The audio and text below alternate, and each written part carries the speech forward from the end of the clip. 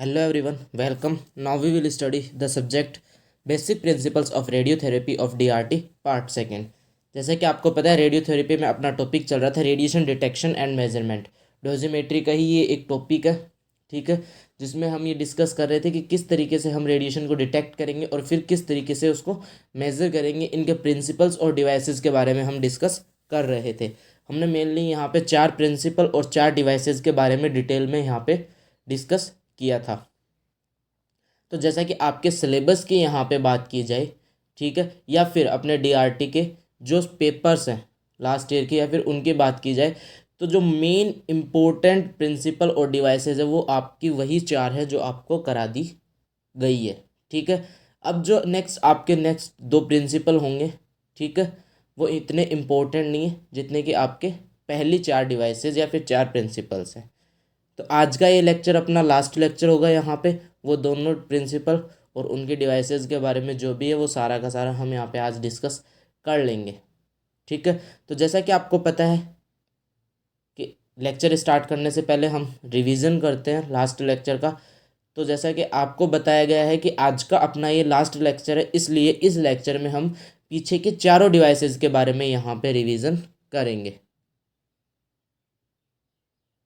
ताकि आपको पूरा टॉपिक अच्छे से समझ में आ जाए कि आपका पूरा का पूरा topic radiation detection and measurement है क्या, इसके थ्रू हम क्या समझना चाहते हैं और क्या इसका एम है। ये सारी चीज़ें आपको यहाँ पे समझ आ जानी चाहिए।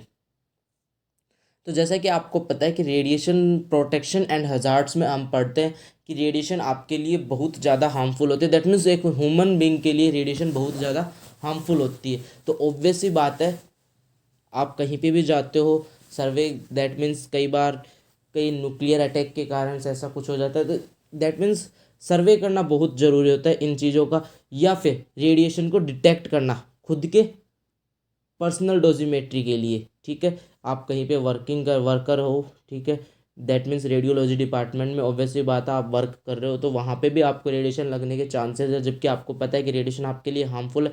तो ऑब्वियसली बात है कि आपको कितनी रेडिएशन लगी है इन सब के लिए आपको कुछ ना कुछ तो करना पड़ेगा। दैट मीन्स आपको पता रहना चाहिए। तो इन सब के लिए दैट मीन्स रेडिएशन से प्रोटेक्ट करने के लिए, अदरवाइज रेडिएशन आपको क्यों डिटेक्ट करनी है, ठीक है। किसी एरिया में रेडिएशन है तो रहने दो, जब आपको अगर वो हार्मफुल ही नहीं कर रही है तो आपको क्यों डिटेक्ट करोगे और आप क्यों उनको मेज़र करोगे। यहाँ पे मेन चीज़ होती है कि जो आपके लिए हार्मफुल है इस वजह से आप उनको मेज़र करते हो, दैट मीन्स डिटेक्ट करते हो, ठीक है। तो यहाँ पे हम बात करते हैं 6 प्रिंसिपल्स की, ठीक है, जिनके बेसिस पे हम डिटेक्ट करते हैं रेडिएशंस को। सबसे पहले हमारा जो फर्स्ट प्रिंसिपल आता है वो आता है आयोनाइजेशन का, ठीक है। दैट मीन्स कि आपकी जो रेडिएशन होती है जो हार्मफुल होती हैं वो आयोनाइजिंग रेडिएशन होती हैं, ठीक है। जब तक कोई रेडिएशन आयोनाइजेशन नहीं करेगी वो हार्मफुल नहीं होगी। फॉर एग्जांपल जो आपकी मैग्नेटिक, जो एमआरआई के अंदर जो मैग्नेटिक रेडिएशन यूज़ की जाती है, मैग्नेटिक रेडिएशन जो होती है वो आयोनाइजेशन नहीं करती, इसीलिए वो अपने लिए हार्मफुल नहीं होती है। या फिर अगर अपन बात करें अल्ट्रासोनोग्राफी में आपकी अल्ट्रासाउंड वेव्स काम में ली जाती है, अल्ट्रासाउंड वेव्स आयोनाइजेशन नहीं करती हैं, दैट मीन्स वो भी हार्मफुल आपके लिए नहीं है। ऑब्वियसली बात है जो आयोनाइजिंग रेडिएशन होंगी वही हार्मफुल है। तो ऑब्वियसली बात है कि आयोनाइजिंग रेडिएशन अगर आपके लिए हार्मफुल है दैट मीन्स वो आयोनाइजेशन कर रही है। तो इसी के प्रिंसिपल को अपन ने क्या कर लिया, रेडिएशन डिटेक्शन में काम में लेने लगे अपन। इसके लिए हमने एक डिवाइस यहाँ पे जब हम पढ़ते हैं जीएम काउंटर पढ़ते हैं, Geiger Muller counter. Geiger Muller counter में क्या होता है, एक ट्यूब होती है, ठीक है। ट्यूब की जो वॉल होती है वो कैथोड की तरह वर्क करती है आपकी, और उसके अंदर एक वायर होता है वो एनोड की तरह वर्क करता है, और इसमें गैस फिल कर दी जाती है। अब जैसे आप इसको रेडिएशन के एरिया में लेके जाओगे या फिर इसके पास में रेडिएशन आएगी तो उस गैस में क्या होगा, आयोनाइजेशन होगा। जब गैस में आयोनाइजेशन होगा आयंस के पेयर बनेंगे, और वो पेयर कहाँ पे जाएंगे, एनोड और कैथोड पे जाएंगे, और एनोड और कैथोड पे एक electronic signal that mean electric current का सिग्नल देंगे, और उस सिग्नल को हम फिर डिजिटल सिग्नल्स में कन्वर्ट करेंगे, और उसी सिग्नल से हम पता चलाएंगे, दैट मीन्स हमें पता चलेगा रेडिएशन एक्सपोजर के बारे में। तो यहाँ पे क्या होगा कि जितना ज़्यादा रेडिएशन का एक्सपोजर होगा उतना ज़्यादा ही आयोनाइजेशन होगा और उतना ज़्यादा आपको सिग्नल्स मिलेगा। That means ionization is directly proportional to the radiation exposure, और इसके थ्रू आप यहाँ पे पता लगाओगे किसी भी रेडिएशन का, उसको डिटेक्ट करते हो, उसको मेजर करते हो। दूसरा प्रिंसिपल आपका है लुमिनिसेंस का। दैट मीन्स जैसा कि आप लोगों ने इंटेंसिफाइंग स्क्रीन में पढ़ा था कि कुछ ऐसे मटेरियल होते हैं अपन फॉस्फर मटेरियल, जिन पे जब रेडिएशन गिरती है तो उनमें से विजिबल लाइट एमिट होती है। तो इसी प्रिंसिपल को अब हमने यहाँ पे क्या किया, रेडिएशन डिटेक्शन में काम में लेने लगे हम। तो इसके लिए डिवाइसेज आती है सिंटिलेशन डिटेक्टर्स। इनमें क्या होता है, अपन सोडियम आयोडाइड जैसे मटेरियल्स को काम में लेते हैं। जब इन पे रेडिएशन गिरती है तो इनमें से विजिबल लाइट एमिट होती है, और इसी विजिबल लाइट को हम पीएमटी फोटो मल्टीप्लायर ट्यूब के द्वारा डिटेक्ट करते हैं, और फिर इनको इलेक्ट्रॉनिक और डिजिटल सिग्नल्स में कन्वर्ट किया जाता है। तो ऑब्वियस सी बात है कि जितनी विजिबल लाइट एमिट होगी उतना ही आपका रेडिएशन एक्सपोजर होगा। That means radiation exposure is directly proportional to the visible light, और फिर उसी के अकॉर्डिंग आपको इलेक्ट्रॉनिक और डिजिटल सिग्नल्स यहाँ पे मिलेंगे। ठीक है, अब अपन बात करते हैं यहाँ पे अपना मेन और इम्पोर्टेंट जो इफेक्ट आता है, तीसरा फोटोग्राफिक इफेक्ट, या जो प्रिंसिपल है फोटोग्राफिक इफेक्ट। बिकॉज यहाँ पे दो जो मेन इंपॉर्टेंट है वो आपके फोटोग्राफिक इफेक्ट और थर्मोल्यूमिनेसेंस है। ठीक है, दैट मीन्स कि आपका फिल्म बैच और टीएलडी दो पर्सनल मॉनिटरिंग डिवाइसेज है जो बहुत ज़्यादा क्वेश्चंस दैट मीन्स आपके पेपर्स के अंदर पूछी जाती हैं। ठीक है, ये सबसे ज़्यादा इम्पोर्टेंट है। तो आपके बात करते हैं अपन फोटोग्राफिक इफेक्ट की। ठीक है, फोटोग्राफिक इफेक्ट आपको पता है कि जो पुराने टाइम में दैट मीन्स पीछे बीते कुछ सालों में जो आपका रेडिएशन दैट मीन्स रेडिएशन से जब आप एक्सपोज करते हो किसी भी पेशेंट के बॉडी ऑर्गन की इमेजेस लेते थे, उसके लिए जो इफेक्ट दैट मीन्स उसके लिए जो प्रिंसिपल काम में लिया जाता था वो फोटोग्राफिक इफेक्ट था। आज के जो अपना मॉडर्न जो युग है इसके अंदर अभी एट द टाइम सीआर और डीआर सिस्टम आ गए हैं जहाँ पे फोटोग्राफिक इफेक्ट नहीं लगता है वहाँ पे, और जो इमेजिंग प्लेट का फॉस्फर का इन सब का अलग प्रिंसिपल लगता है वो भी हम पढ़ेंगे। तो अपन बात करते हैं डार्क रूम की। ठीक है, जब डार्क रूम हुआ करता था उस वक्त इमेजिंग किसके थ्रू होती थी, फोटोग्राफिक इफेक्ट के थ्रू। तो इसी को हमने क्या किया, एज ए रेडिएशन डिटेक्शन में हम इसको काम में लेने लगे इस प्रिंसिपल को। तो इसके लिए आपने क्या किया कि एक डिवाइस है फिल्म बैच, इसमें होता कुछ नहीं है, आप एक्सरे फिल्म जो आपकी नॉर्मल मेडिकल एक्सरे फिल्म होती है फिर फोटोग्राफिक फिल्म होती है वो आप काम में लेते हो। ठीक है, यहाँ पे अलग अलग 6 प्रकार के फिल्टर्स लगाए जाते हैं, उनके द्वारा अलग अलग radiation that means pass out होती है। और एक्सरे फिल्म पे दैट मीन्स यहाँ पे मेडिकल जो आपकी एक्सरे फिल्म है या फिर जो फोटोग्राफिक फिल्म है उस पर जाके गिरेगी और वहाँ पे ब्लैकनिंग क्रिएट करेगी, और इस ब्लैकनिंग को आप डेंसिटोमीटर से दैट मीन्स इस डेंसिटी को आप डेंसिटोमीटर से क्या करते हो, रीड करते हो और पता चलाते हो कि कितना रेडिएशन एक्सपोजर यहाँ पे लगा है। ठीक है, अब अपन बात करते हैं थर्मोलुमिनेसेंस की। जैसा कि लुमिनेसेंस में पढ़ा आपने, यहाँ पे प्रिंसिपल आपका थर्मोलुमिनेसेंस, थर्मो मतलब यहाँ पे आपकी क्या आ गई, हीट और ऐड हो गई। ठीक है, इसकी जो डिवाइस होती है उसका नाम है टीएलडी, थर्मोलुमिनेसेंस डोजीमीटर। इसमें क्या होता है, टीएलडी डिस्क होता है, टीएलडी कार्ड होता है। ठीक है, ये जो डिस्क होती है इसके अंदर कुछ जो इस प्रकार की प्रॉपर्टी होती है कि ये रेडिएशन से एक्सपोज होने के बाद में इलेक्ट्रॉन्स को ट्रैप कर लेती है। फिर जब आप इसको हीट कराते हो तो इसमें से विजिबल लाइट एमिट होती है, दैट मीन्स लुमिनेसेंस इफेक्ट आपको देखने को मिलता है। और उस विजिबल लाइट को आप फिर क्या करते हो, पीएमटी के द्वारा रीड करते हो, electronic signals, digital signals. That means जितनी आपके पास विजिबल लाइट एमिट होगी उतना ही रेडिएशन एक्सपोजर लगा। टीएलडी और फिल्म बैच दोनों के दोनों आपके पर्सनल मॉनिटरिंग डिवाइसेज हैं। ठीक है, सिंटिलेशन डिटेक्टर, जीएम काउंटर, जैसा कि अपन बात करते हैं, ये दोनों मेनली जहाँ पे, या फिर अपन बात करें ये जो दो प्रिंसिपल है आयोनाइजेशन और लुमिनेसेंस, इन दोनों डिटेक्टर्स सिटी में इमेजिंग में भी बहुत ज़्यादा हेल्पफुल होते हैं, वहाँ पे सबसे ज़्यादा यही काम में लिए जाते हैं। अब अपन बात करते हैं अपने आज के टॉपिक की। ठीक है, अपना जो 5th इफेक्ट है केमिकल इफेक्ट। अब केमिकल इफेक्ट में क्या होगा, जैसा कि आपको पता है कि आपकी जो रेडिएशन है वो आयोनाइजिंग है। ठीक है, और आपका जो फर्स्ट प्रिंसिपल था वो भी कौन सा था, आयोनाइजेशन का था। अब आयोनाइजेशन दैट मीन्स कि रेडिएशन है वो आयोनाइजेशन करती है, आयोनाइजिंग करती है। तो अपन यहाँ पे ये चीज़ तो नहीं कह सकते कि वो केवल एयर में ही आयोनाइजेशन करेगी, वो लिक्विड में भी आयोनाइजेशन करती है, दैट मीन्स वो एटम्स में आयोनाइजेशन कर सकती है। तो यहाँ पे क्या होगा, अगर अपन केमिकल्स की बात करें जो लिक्विड फॉर्म में है, अगर उनमें आयोनाइजेशन हुआ तो क्या होगा, केमिकल इफेक्ट्स आपको देखने को मिलेंगे। दैट मीन्स उनके कलर चेंज हो सकते हैं, केमिकल की प्रॉपर्टीज़ चेंज हो सकती है। तो ये जो प्रोसेस हो रही है, केमिकल चेंजेस आपको देखने को मिल रहे हैं, इन केमिकल चेंजेस को आप एज ए रेडिएशन डिटेक्शन काम में ले सकते हो। दैट मीन्स कोई भी केमिकल, अगर आपने ऐसा केमिकल जिसमें आप रेडिएशन के एरिया में उसको रखते हो, वो जैसे रेडिएशन वहाँ पे लगेंगी उसको आयोनाइजेशन होगा, वहाँ पे केमिकल चेंजेस होंगे। दैट मीन्स वहाँ पे उसमें कलर चेंजेस भी आ सकते हैं और कुछ भी चेंजेस आ सकते हैं। उन चेंजेस के अकॉर्डिंग आप पता कर सकते हो कि यहाँ पे रेडिएशन है या नहीं है। दैट मीन्स केमिकल्स में जो चेंजेस हो रही हैं वही आपका इफेक्ट कौन सा कहलाता है, केमिकल इफेक्ट कहलाता है।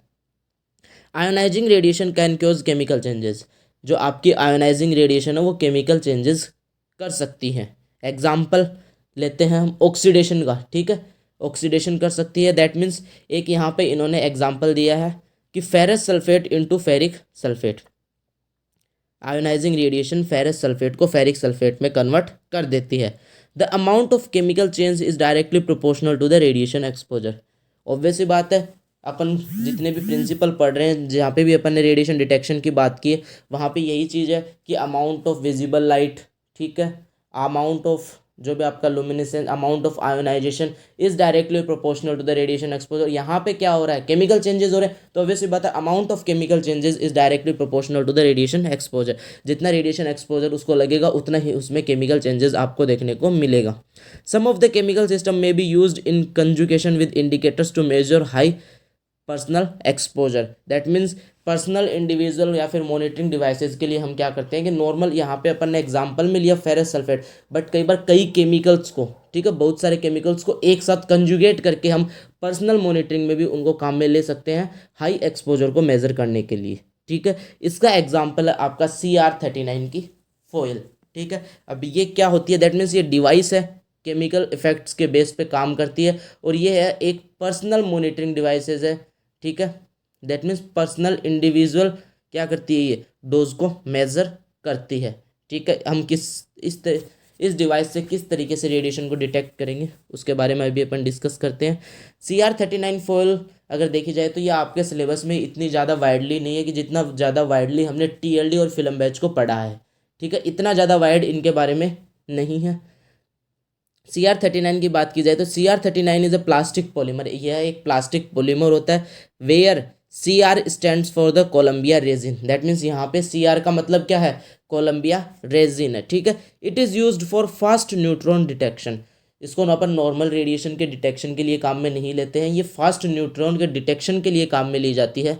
Also known as solid state nuclear track detector, SSNTD foil. इसका एक और नाम है SSNTD foil, solid state nuclear track detector, ठीक है। It is a personal monitoring device, जैसे कि मैंने अभी आपको बताया यह एक पर्सनल मॉनिटरिंग डिवाइस है, ठीक है। When radiation passes through the resin formation of bubbles start. जैसा कि आपको बताया केमिकल इफेक्ट्स में केमिकल चेंजेस होते हैं, और केमिकल इफेक्ट्स के बेस पे हम ये डिवाइस पढ़ रहे हैं। दैट मीन CR39 फॉयल की बात कर रहे हैं, तो यहाँ पे भी क्या होंगे, केमिकल चेंजेस होंगे। और यहाँ पे आपको केमिकल चेंजेस में क्या देखने को मिलेगा, when radiation passes through the resin. That means जो आपकी CR39 की जो फॉयल है, जो कोलंबिया रेजिन की जो फॉयल है, अगर उसमें से रेडिएशन पास आउट होती है, फॉर्मेशन ऑफ बबल्स स्टार्ट, वहाँ पे बबल्स बनने स्टार्ट हो जाते हैं। तो ऑब्वियसली बात है, अब यहाँ पे कितने बबल्स बन रहे हैं वो क्या बताएंगे आपको, रेडिएशन एक्सपोजर की वैल्यूज बताएंगे, ठीक है। That means formation of bubble is directly proportional to the radiation exposure. जितने ज़्यादा बबल बनेंगे, जितने कम बबल बनेंगे, ये डिपेंड करता है आपका रेडिएशन एक्सपोजर पे। आया समझ में केमिकल चेंजेस कैसे, या दैट मीन्स आपकी जो CR39 जो कोलंबिया रेजिन की जो फॉयल है वो किस तरीके से वर्क करती है। सिंपल होता है, कुछ नहीं है, nuclear that means fast neutron detection के लिए काम में ली जाती है। इसका दूसरा नाम है solid state nuclear track detector, SSNTD foil, ठीक है। It is a personal monitoring device. When radiation passes through the resin formation of, जैसे इस रेजिन में से रेडिएशन पास आउट होती है, यहाँ पे बबल्स बनने स्टार्ट हो जाते हैं, और यहाँ पे नंबर ऑफ बबल्स आपको क्या बताते हैं, रेडिएशन एक्सपोजर के बारे में बताते हैं। That means number of bubbles is directly proportional to the radiation exposure.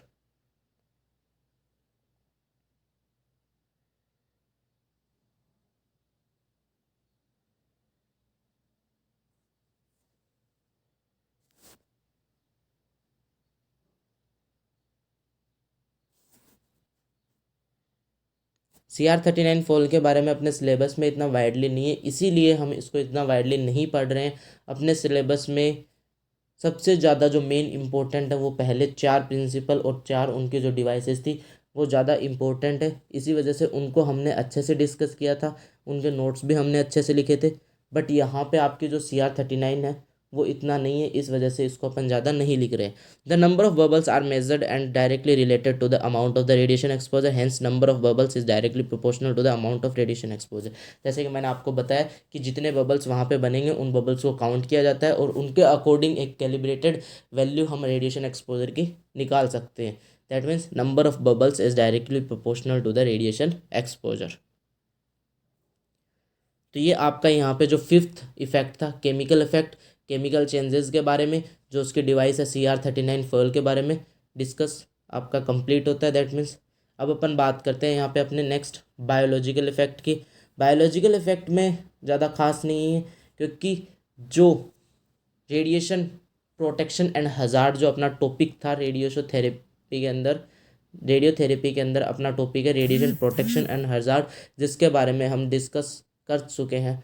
वहाँ पे बायोलॉजिकल इफेक्ट के बारे में हमने वाइडली डिस्कस किया है। ठीक है, तो वही बायोलॉजिकल इफेक्ट अपना यहाँ पे आएगा। समझ लेते हैं बायोलॉजिकल इफेक्ट क्या होता है, बट उससे पहले एक बार हम CR39 फॉल के इमेजेस देख लेते हैं, ताकि आपको इसके बारे में भी जो आपके क्वेश्चन है वो यहाँ पे क्लियर हो जाए, अच्छे से समझ में आ जाए ये चीज़ें।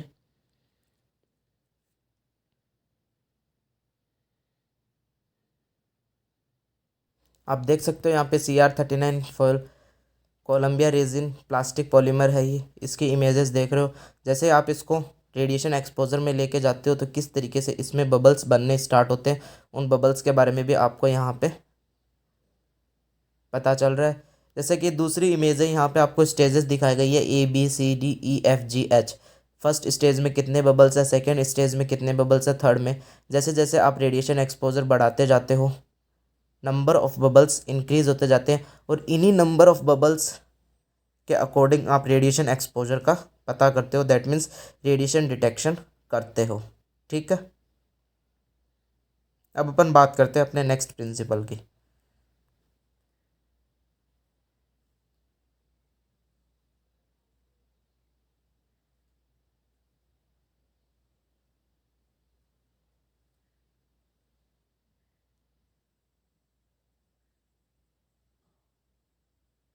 तो अपना जो नेक्स्ट प्रिंसिपल है वो आपका है बायोलॉजिकल इफेक्ट का। ठीक है, biological effect first of all अपन बात करते हैं कि बायोलॉजिकल इफेक्ट आपको देखने को किन में मिलता है। तो यहाँ पे अगर बात की जाए तो बायोलॉजिकल इफेक्ट ह्यूमन बींग्स में, दैट मीन्स जो आपकी लिविंग ऑर्गेनिज्म हैं। ठीक है, अगर ह्यूमन बींग्स की भी अपन ना बात करें तो जो लिविंग ऑर्गेनिज्म है, दैट मीन्स जो सजीव वस्तु हैं, उनमें ये चीज़ें देखने को मिल सकती हैं। बायोलॉजिकल इफेक्ट में होता है क्या है कि वही बात आयोनाइजिंग रेडिएशंस है। आपके जो ह्यूमन बॉडी होती है या फिर कोई भी जो बॉडी है, बॉडी पार्ट है, उसके अंदर बॉडी ऑर्गन्स है, वहाँ पे क्या होंगे, केमिकल चेंजेस होंगे, आयोनाइजेशन होगा, और उन सब से क्या होता है, DNA, RNA, genes, atoms, molecules, इन सब में क्या आते हैं, सेल में, न्यूक्लियस में, इन सब में चेंजेस आ जाते हैं। चेंजेस आएंगे तो वहाँ पे क्या होगा, हार्मफुल इफेक्ट्स भी देखने को आपको मिलेंगे, म्यूटेशन भी आपको देखने को मिलेगा। तो ये सब क्या आता है, आपका बायोलॉजिकल इफेक्ट में आता है। ठीक है, radiation exposure to the body can be measured by the biological effect. किसी भी बॉडी को जो रेडिएशन एक्सपोजर लगता है उसको आप बायोलॉजिकल इफेक्ट के द्वारा या फिर बायोलॉजिकल मेथड के द्वारा मेजर करते हो। Example, analysis of the blood. Human body में अगर आपको रेडिएशन लगी है तो आप उस ब्लड का एनालिसिस करके फिर पता कर सकते हो, क्योंकि ब्लड के जो कंपोनेंट्स हैं उनमें आपको केमिकल चेंजेस वहाँ पे देखने को मिल सकते हैं। ठीक है, biological effect is directly proportional to the radiation exposure. Obvious सी बात है, जितना ज़्यादा आपको वहाँ पे बायोलॉजिकल इफेक्ट देखने को मिलेगा उतना ही रेडिएशन एक्सपोजर होगा। बट इस प्रिंसिपल को हम किसी भी डोजीमेट्री में काम में नहीं लेते हैं, बिकॉज अगर हमको यह प्रिंसिपल किसी भी डोजीमेट्री में काम में लेना है तो वहाँ पे अपने को एक किसी सजीव वस्तु को क्या करना होगा, रेडिएशन एक्सपोज करना होगा, रेडिएशन डोज देने होगा। जैसा कि आपको पता है कि रेडिएशन बहुत ज़्यादा हार्मफुल होती है। ठीक है, तो दैट मीन्स हम किसी की लाइफ को यहाँ पे स्पॉइल नहीं कर सकते। इस वजह से इस प्रिंसिपल को एज ए रेडिएशन डिटेक्शन हम काम में नहीं ले सकते हैं। ठीक है, इन्हीं सब चीज़ों से बचने के लिए, दैट मीन्स कि ह्यूमन बॉडी को एज ए रेडिएशन डिटेक्शन काम में ना लिया जाए, इन्हीं सब से बचने के लिए डोजीमेट्री में हम दो चीज़ें पढ़ते हैं, अगर आपको याद हो, फैंटम और बोलस। ठीक है। जहाँ पे आपका मेन इंपॉर्टेंट आता है फैंटम डोजीमेट्रिक कैलकुलेशन के लिए, उसको अपन काम में लेते हैं, रेडिएशन कैलकुलेशन के लिए काम में लेते हैं एज ए बॉडी। ठीक है, बॉडी का एक इक्विवेलेंट मटेरियल बनाया जाता है। इसी तरीके से आपका जो यहाँ पे बायोलॉजिकल इफेक्ट होता है, बायोलॉजिकल इफेक्ट को हम काम में नहीं लेते हैं। अब अगर अपन बायोलॉजिकल इफेक्ट की यहाँ पे बात करें कि अगर आपका क्वेश्चन आता है बोर्ड यहाँ पे, तो फिर आप यहाँ पे क्या लिखोगे, तो जो आपका रेडिएशन प्रोटेक्शन और हजार्ड में जो आपको कराया गया है, दैट मीन्स बायोलॉजिकल इफेक्ट आपको वहाँ पे वाइडली कराया गया है। दो इफेक्ट्स मेनली होती हैं, स्टोकास्टिक इफेक्ट और आपका डिटर्मिनिस्टिक इफेक्ट होता है। इन सब के बारे में आपको बताया है कि ये सब क्या होते हैं, कैसे मोलिकुलर चेंजेस होते हैं, कैसे केमिकल चेंजेस होते हैं, कैसे आपका डीएनए डैमेज होता है, और इन सब में भी फिर आके आपको foetal effect, genetic effect, somatic effect, इन सब के बारे में बताया गया है। तो उन सब के बारे में आपको यहाँ पे समझाना होगा। दैट मीन्स बायोलॉजिकल इफेक्ट की अगर अपन बात करें, तो अब वापस से हमें रेडिएशन प्रोटेक्शन एंड हजार्ड वाले टॉपिक में यहाँ पे जाना होगा, और वहाँ से हम बायोलॉजिकल इफेक्ट को पूरे को आगे डिस्क्राइब करते हैं। तो आपके यहाँ पे 6 प्रिंसिपल कंप्लीट होते हैं। किस तरीके से हमने रेडिएशन को डिटेक्ट किया, देन उनकी डिवाइसेस की सहायता से हमने उनको मेज़र किया, प्रिंसिपल्स के बारे में पढ़ा। यहाँ पे जो आपके मेन इंपॉर्टेंट वो फर्स्ट 4 है, जिनमें से फर्स्ट 2 जो हैं वो आपके सिटी के अंदर डिटेक्टर्स में काम में आते हैं। ठीक है, और बाकी के जो 2 हैं, थर्ड और फोर्थ, जो फोटोग्राफिक इफेक्ट और आपका जो थर्मोल्यूमिनेसेंस है, ये पर्सनल डोजीमेट्री के लिए या फिर पर्सनल मॉनिटरिंग डिवाइसेस के लिए इनको अपन काम में लेते हैं। और इनके डिवाइसेज जो मेन है इंपॉर्टेंट है, टीएलडी और फिल्म बैच जो सबसे ज़्यादा काम में ली जाती है, और एग्ज़ाम में सबसे ज़्यादा क्वेश्चन यहीं से आपका पुट किया जाता है। ठीक है, इसके अलावा जो आपका केमिकल इफेक्ट है वो नहीं पूछा जाता है इतना ज़्यादा, और जो बायोलॉजिकल इफेक्ट है अगर आपसे ये पूछा जाता है तो ये आपसे पूछा जाता है रेडिएशन हजार्ड एंड प्रोटेक्शन वाले टॉपिक में। ठीक है, थैंक यू।